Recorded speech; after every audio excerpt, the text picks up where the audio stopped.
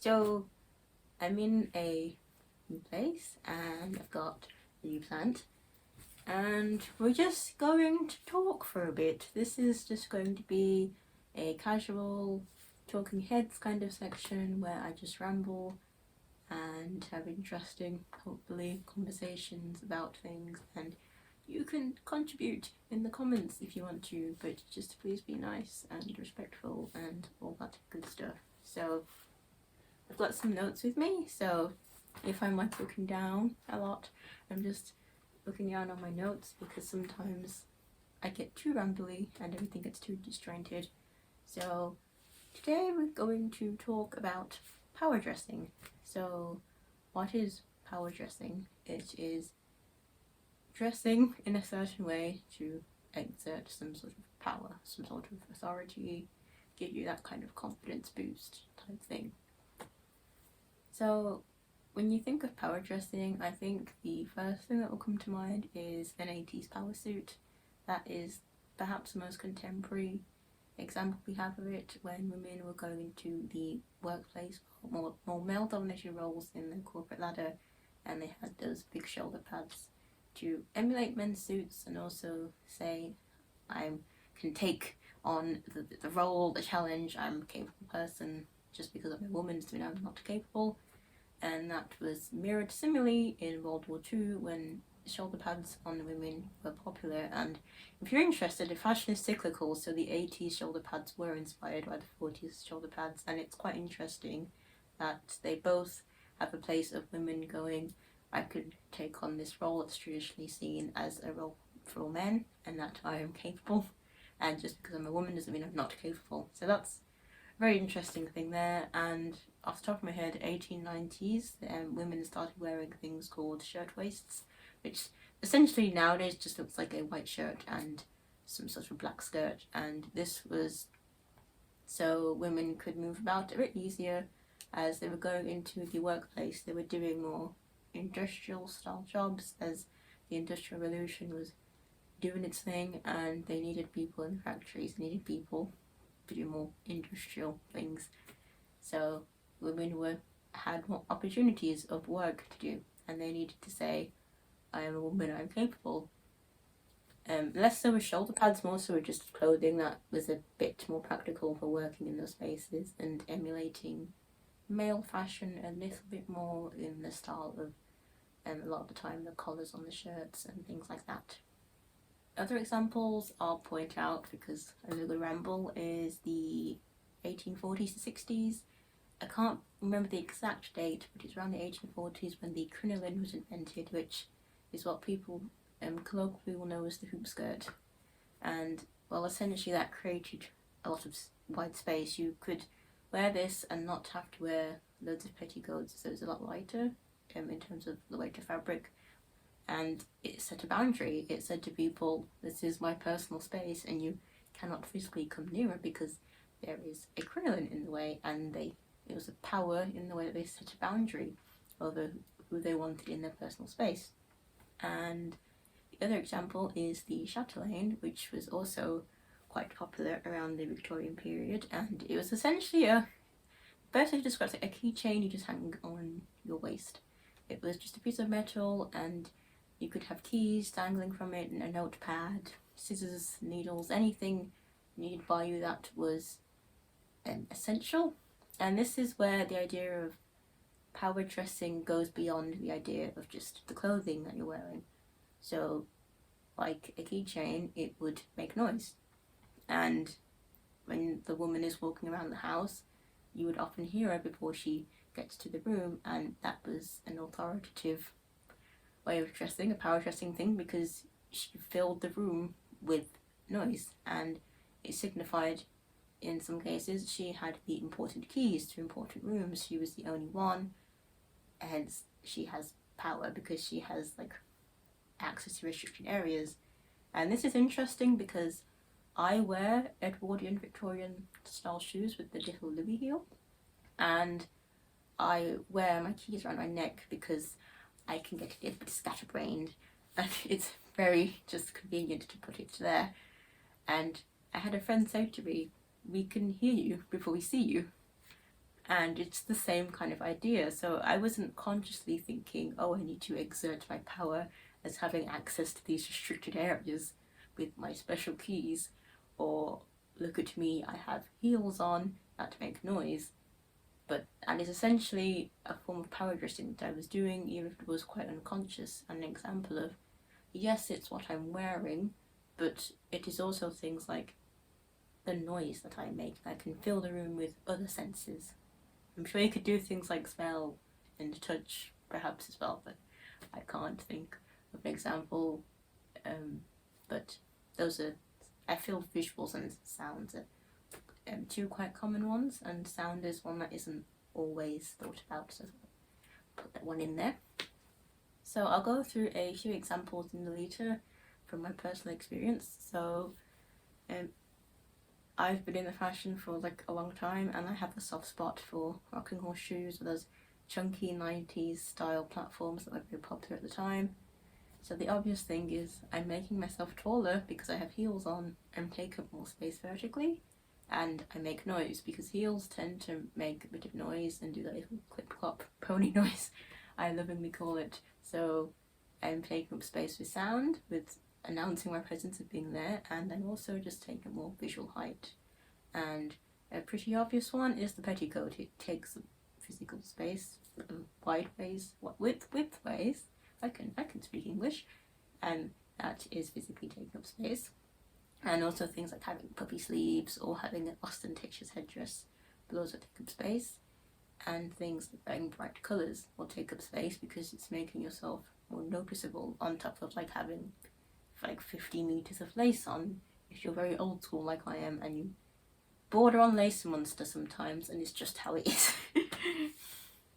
So what does this all say? So not necessarily consciously, but I feel it says I am here, I matter, I am a person, do not forget me, I've made my mark, I've announced my presence. So essentially asserting a form of power, and not necessarily I am woman, I'm going into the workplace, I'm capable, but I'm whatever gender I am, and this is how I like to dress, and I'm making some sort of statement and announcing my existence and its importance of it through this way of expressing myself, this mode of expression. Well, why? Why are we saying with our clothing, in this case lolita fashion, I am here, I exist, and I'm covered in 50 ribbons? Why is that important?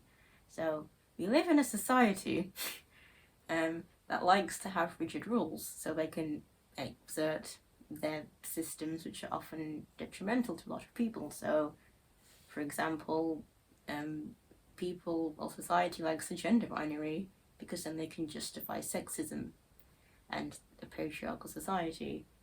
It's why trans people are demonized in the media and people don't get off their case, just leave them alone, because they're breaking down the gender binary, one of the many groups of people that are.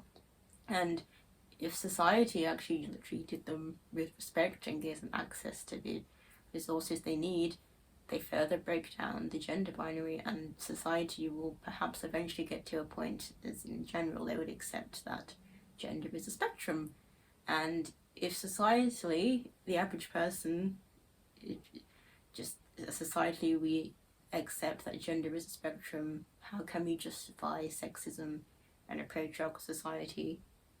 Because that stems from an idea of a gender binary and these two genders being really different, when in actual fact it's all a spectrum. So that's just one major example. So relating it back a bit to lolita, it can mean different things to many different people. So you could go from the gender perspective, a lot of genders that tend to be dehumanized by the media could wear lolita to give themselves more humanity to the outside world. Men who wear lolita fashion, they're saying a statement, they're foregoing a very assumed masculine style of dress they're expected to wear. Femininity isn't seen. It's seen as weak, it's not seen as something good in society, it's seen as less than. And the idea of someone who's a man or male presenting wearing something feminine is almost seen as like a step down in society. So that in itself is saying a statement and messing around with gender. plus size people wearing lolita is also messing around with perceived ideals of beauty. Plus size clothing, I'm saying from a second-hand experience, I've always been small, but from what I've seen and from just my time in the fashion industry, it is a tent. You wear black because black is slimming, and you wear baggy shapeless clothes and you look like a tent. And you can't wear anything fun because fun fashion is apparently for the small people. So by wearing something as ostentatious and feminine and beautiful as Lolita, you're saying, I'm here, I matter.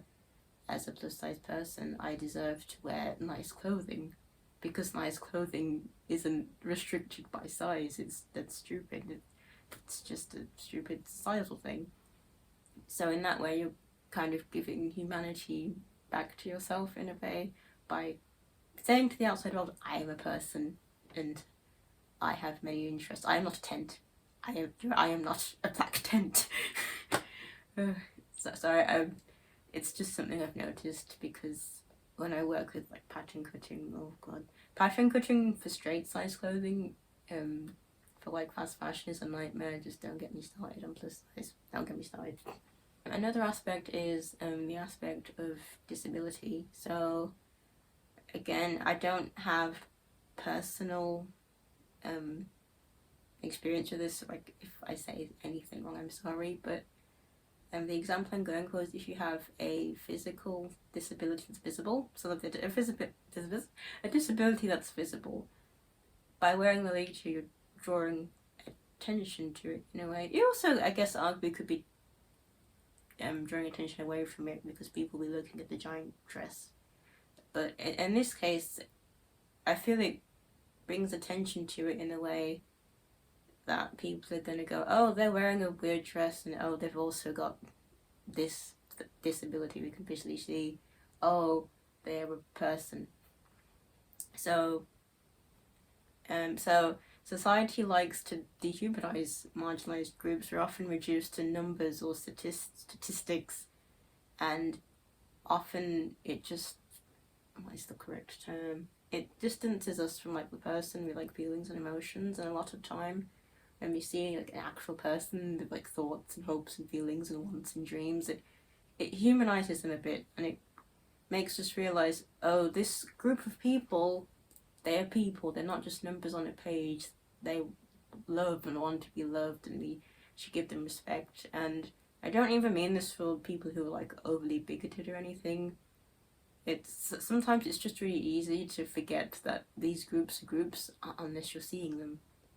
And I think Lolita draws attention to that, which is why representation is, I feel, very important within the fashion, within any kind of fashion really, but having all these different types of people wearing this fashion, for one, it strengthens the narrative that this fashion is for anyone, because it is, and that all these kinds of people exist and they're valid, and we're all unique people with our own world perspectives, and we're not all just some stereotypes. It's very easy to distill especially marginalized groups to stereotypes, and this is one of the many ways it says, no, we are our own people and we deserve respect and we deserve love and we are people, not statistics. So a bit of my mini ramble aside, let's get to race, because I can speak firstly on that one, and we would have never have guessed, would we, that I could speak about that one. So my background is very mixed, and that's not too relevant to this conversation. What is relevant is that my predominant features are just essentially black, and that's, if you see me on the street, that's just what you're going to assume I am. So there's a lot of negative stereotypes associated with people that look like me, being lazy, being stupid, being masculine, being angry, being animalistic, all these horrible things. And there's more. I mean, you can look into it if you want. I do not have the mental fortitude to go into it in detail. It's editing me or me just after the video. Just wanted to reiterate, when the negative stereotype of like black women are masculine, obviously if you want to be masculine, there's nothing wrong with that. It's not a negative thing. it was just used by people who wanted to reinforce a gender binary, to dehumanize black women. So in a vacuum, it's fine. Dressing masculine, fine, go for it. But in this case, it's used to oppress people. So that's what I mean when I'm saying it. I'm talking about how it's used in an oppressive way. Okay, bye. I hope the video is good and I make sense and I don't sound like a horrible person. Okay, bye. So essentially, by wearing something very feminine and alongside many other things, I suppose, like me sounding like a bit of a Tory tosser, it's just how it is, and saying grandiloquent words because I'm pretentious and like English, and being soft-spoken, and I'm trailing off in a ramble again, but essentially wearing lolita distracts, what's the words? Wearing lolita will distract is not the right word, I'm so sorry. Wearing lolita disrupts, that's the correct word. Wearing lolita will disrupt from these negative stereotypes that specifically relates to people of colour, because all of a sudden I'm in this beautiful, really fluffy, feminine thing. Well, I can't be masculine anymore. You can't use that masculine stereotype because I'm in this giant feminine thing, and I don't even need to say anything. I don't need to do anything. I just exist, and I'm already saying with the clothes I'm wearing, just existing, I am a person, I exist, I have my own unique worldview, I am not a stereotype, I am not a statistic, I am a person who deserves love and respect. And while maybe these negative stereotypes, or just stereotypes in general, are not true and they're just stereotypes. And I think this is something even on an unconscious level. You know, I'm not saying a bigot is going to pass me and then suddenly like not be racist anymore because I'm in a lolita dress. And unfortunately, I don't think wearing a dress can end racism. I wish it was that easy.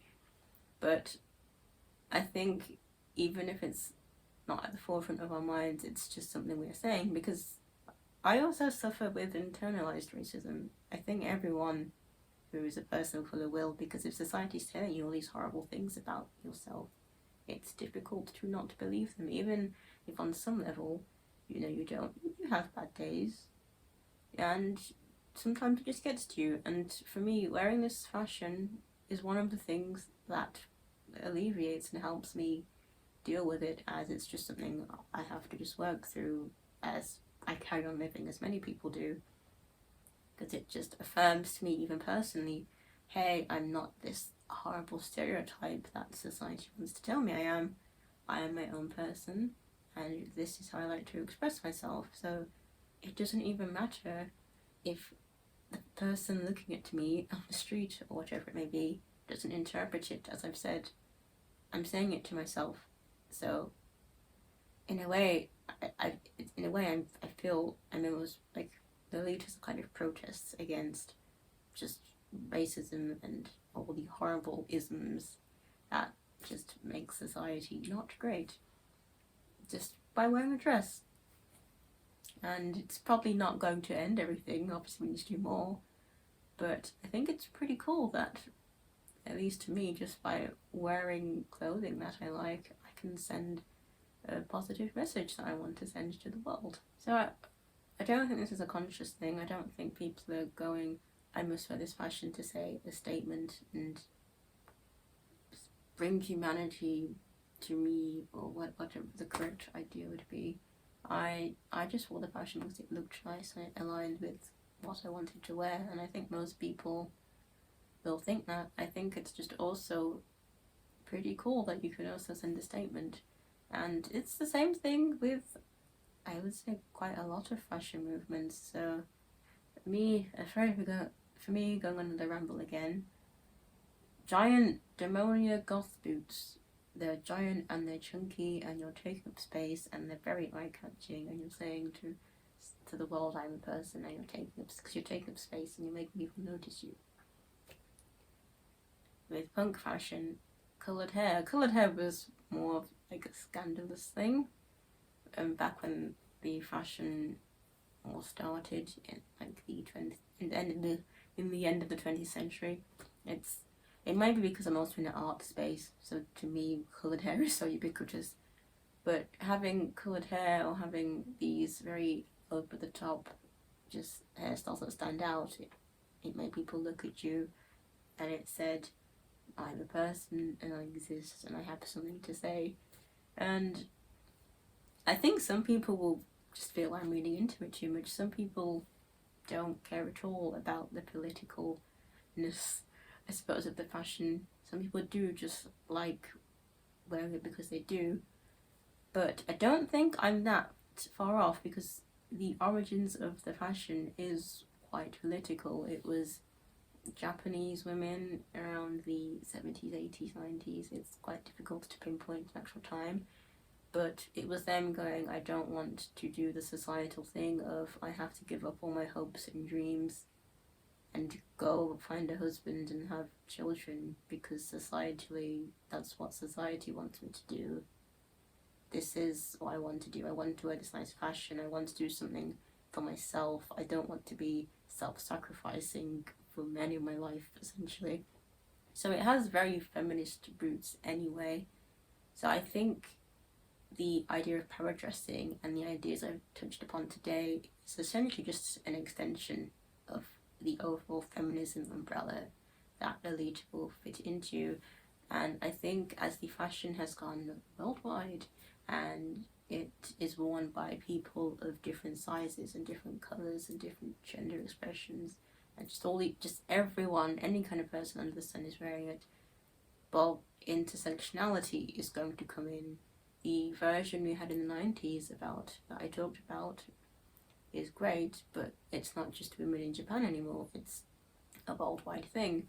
So I think what I'm expressing today is essentially just another thought piece from the umbrella of, oh, this is a very feminist fashion. What does it mean in the context of someone like me, for example?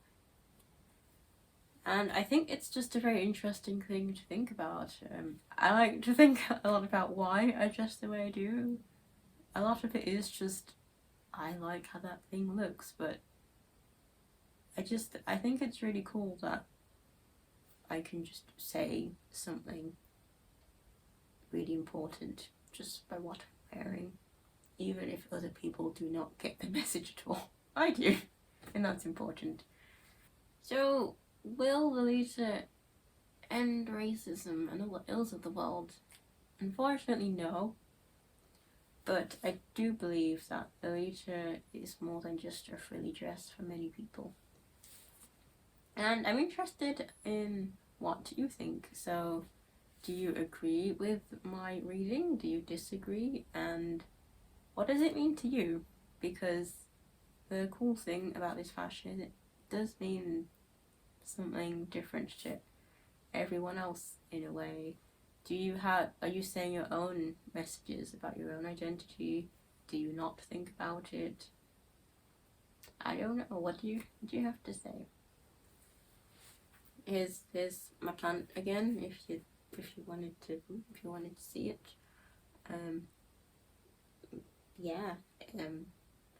Plant.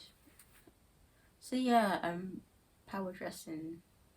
That's a cool thing you can do, and if you knew about it, what do you consciously do? I would be interested actually, because I'm sure there's different things I haven't covered that you didn't know about it. What do you think you will do?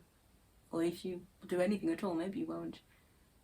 And this is why, because I can't end a video apparently, because I'm not that eloquent, but I'm quite eloquent. Apparently. Okay, goodbye now.